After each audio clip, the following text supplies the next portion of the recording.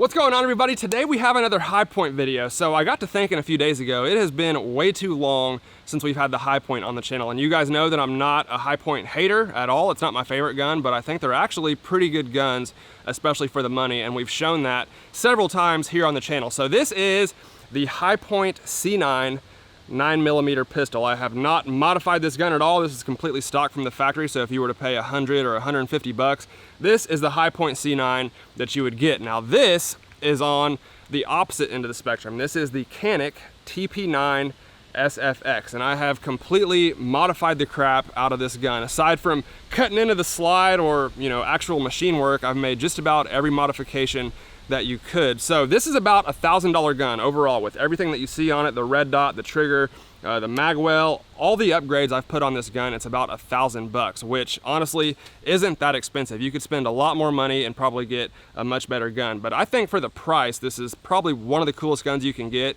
and it's definitely the coolest handgun that I've ever owned. So this is what $1,000 can get you, and this is what $100 can get you. Today, I want to compare these two guns and see how big the difference really is. Let's do it. All right, so I haven't shot in a couple days. I'm completely cold, haven't shot either of these guns today, which means I'll probably suck for the first few shots. But what I want to do first is put 5 rounds out of each gun on a paper target and compare the group. So we're going to start with the Canik with the Holosun red dot, and then we'll try the Hi-Point. All right, here we go.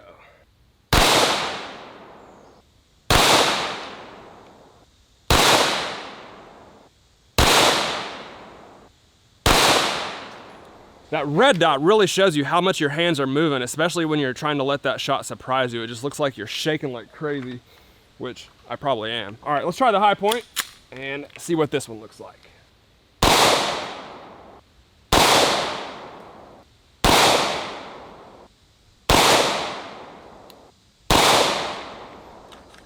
Let's check them out. Well, I tell you what, right off the bat, with sweaty hands, the Canik is about 10 times better than the Hi-Point. I put that little rubber sleeve on the Hi-Point because without it, it has like no grip at all. And I hate shooting with sweaty hands, but the grip texture on the $1,000 gun is much better than the $100 gun. Imagine that. But here's our group. So with the Canik, I was actually aiming at that red bullseye, and you can see we got 3 of them, it looks like, that actually hit the red, and then 2 of them slightly above it. So I would say that's probably a 2-inch group. Not too bad from 10 or 15 yards away. And then our Hi-Point group is down here. Now I was actually aiming at that 8, and you can see that all 5 of those rounds went low. So it might just be where the Hi-Point's hitting. I definitely was not flinching shooting that gun, and I would say that's probably a 3-inch group from the 2 furthest holes. Now, again, some of those could have been me. They all felt really good, but either way, the group from the Canik is definitely better than the group from the Hi-Point. And I'm sure the red dot played a factor in that as well. Well, I brought my shot timer out so we could do some speed drills, but when I took it out of the box, one of the wires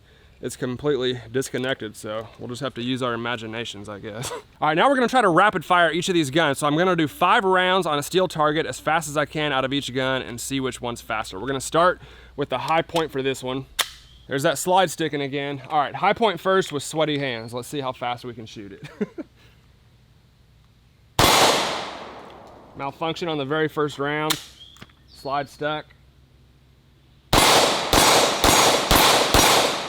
All right, that was pretty slow. Let's see if we can speed it up a little bit.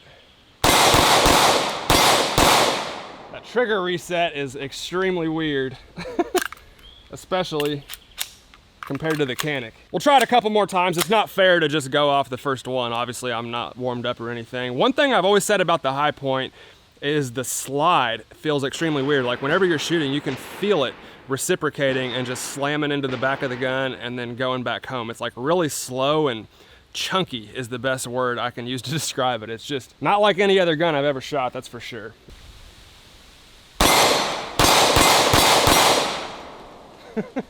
I give up. I can't ride that trigger reset like I can on other guns. It's just weird. There's really no forward pressure on the trigger. So whenever you try to reset it, you just have to bring your finger all the way off. You almost have to slap the trigger, which is obviously a big no-no. And the recoil impulse is just too weird, at least for me. I can't really rapid fire this gun. All right, let's try the Canik. This trigger will probably feel weird to me now after shooting the Hi-Point so many times. Should be a little bit better, let's see. Yeah, I was barely even going and that felt already faster than the Hi-Point. Wow. I mean, that's a night and day difference. I'll do one more magazine, but I think you guys get the point.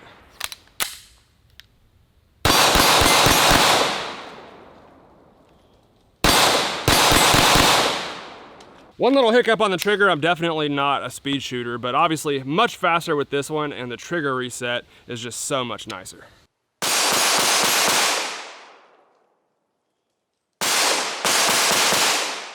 The sun keeps going in and out of the clouds. I'm trying to make sure my camera stay bright enough. But one thing I will say about the Hi-Point's reliability, I think I've had one malfunction out of it today. That's actually pretty rare, and it's usually because the rounds just sit downward in the magazine and that causes the slide to stick. But overall, it's a super reliable gun, and they're kind of legendary for that. You know, for $100, it's definitely a reliable gun. So now, I'm gonna try some target transitions. Again, I wanted to use the shot timer for this, but we don't have it because it broke. So we're gonna do 3 rounds, 1 on each of the steel targets, probably start black, blue, and then end on yellow, and see which one's faster. Obviously, the red dot is gonna play a big role in this as well, but we're gonna start with the Hi-Point on this one. Not too bad. Surprised I hit that yellow target, honestly, with how low this gun hits. Try it again. So that's actually not too bad. I'm just keeping my eyes on that front sight and just following it to every target. Definitely not as fast as I can go with a red dot, but if those were 3 bad guys, I think the Hi-Point would have done the job. I would say that was probably under a second. All right, let's try this one.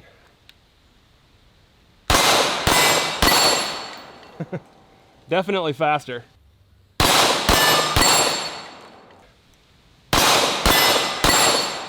So it's obviously the trigger reset along with the red dot. It's not even the gun as much as it is the optic. Obviously that's a huge advantage when you're transitioning between targets. Oh yeah. So probably not as fast as I did it in the other videos because I was actually, you know, really trying to get the fastest time that I could, but clearly much faster with the Canik than I am with the Hi-Point and pretty much everything we've tried. So like I said, in previous videos, I've really tried to push that Canik as fast as we possibly could. Definitely go check those videos out if you haven't seen them yet. We're not getting that fast today just because in those videos, that was my main goal, was shoot and reload as fast as I possibly could. Today, I'm just trying to beat the Hi-Point, which is pretty easy to do with the Canik. But now we're gonna try some reloads. This is something I don't think I've ever really tried with the Hi-Point. It doesn't even have a slide release as far as I know. So I actually have to rack the slide after I put the magazine in, and I think we're gonna destroy it with the Canik, but let's try it out. All right, let's try some reloads with each of these guns. Like I said, I've already shown in other videos how fast you can reload a gun like this. We probably won't get that fast today, but we're just gonna compare the two and see how fast we can get. Without the shot timer, obviously.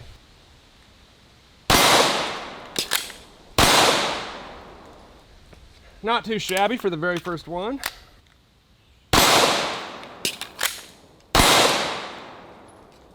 Got hung up on my t-shirt.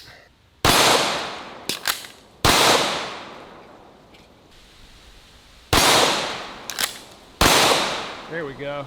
So the big, humongous slide release on this gun really helps. I'm curious to see how the Hi-Point feels because I'm so used to putting magazines in and hitting that with my thumb, and this one is humongous. You almost can't miss it. So those are pretty good. I think you guys get the point. I'm not gonna sit here and try to blaze through reloads for 20 minutes, but definitely a really fast and really easy gun to reload. All right, let's try to embarrass ourselves with the Hi-Point now. One thing I want to point out is this gun does not even have a slide release at all. So there's a bunch of guns out there that are really cheap that do have slide releases. So you can put the magazine in and then just hit a button and it will send the slide home. Whereas the Hi-Point, you have to literally rack the slide, which some people reload that way anyway. It works, it's, you know, really effective, but just not quite as fast as the slide stop or the slide release, whatever you want to call it. All right, reloads with the Hi-Point. Let's see how weird this feels. Ah. I tried to pull the slide back and it stuck on that round like it always does. That ain't good. Let's try it again and see if we can actually get the slide to go home this time. I tried to slingshot it twice before I realized what was happening. All right. Not bad. Slipping all over the place with my sweaty hands, but really not that bad.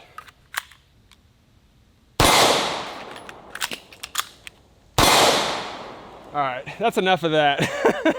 They're actually not that bad. Not as bad as I thought it would be. Obviously, the first one was hilarious whenever the slide stuck when I was trying to slingshot it. But in reality, those speed reloads are, you know, kind of controversial. A lot of people say they're pretty pointless and you don't really need to know how to reload like a ninja.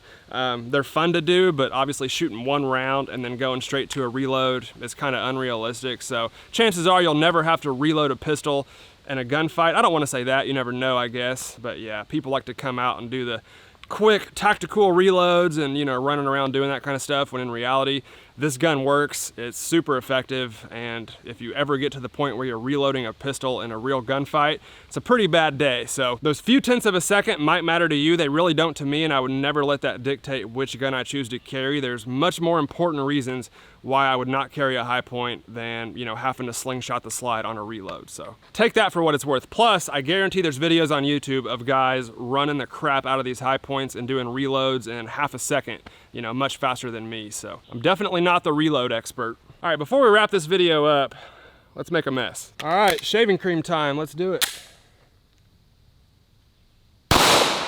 Oh yeah.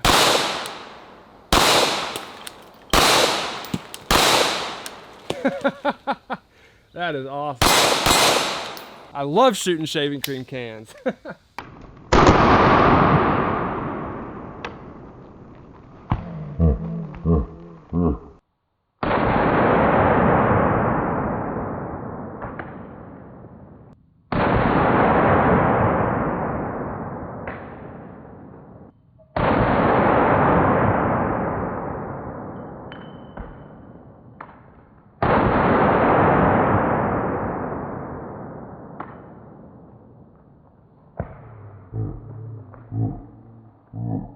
All right, everybody, there you have it. I hope you enjoyed the video. I don't know if I mentioned that I love shooting shaving cream cans. There's just nothing more fun. But like I said in the beginning of the video, it just all boils down to how much money that you want to spend. And obviously both of these guns would get the job done. With guns, you really do get what you pay for. A lot of stuff you can't say that.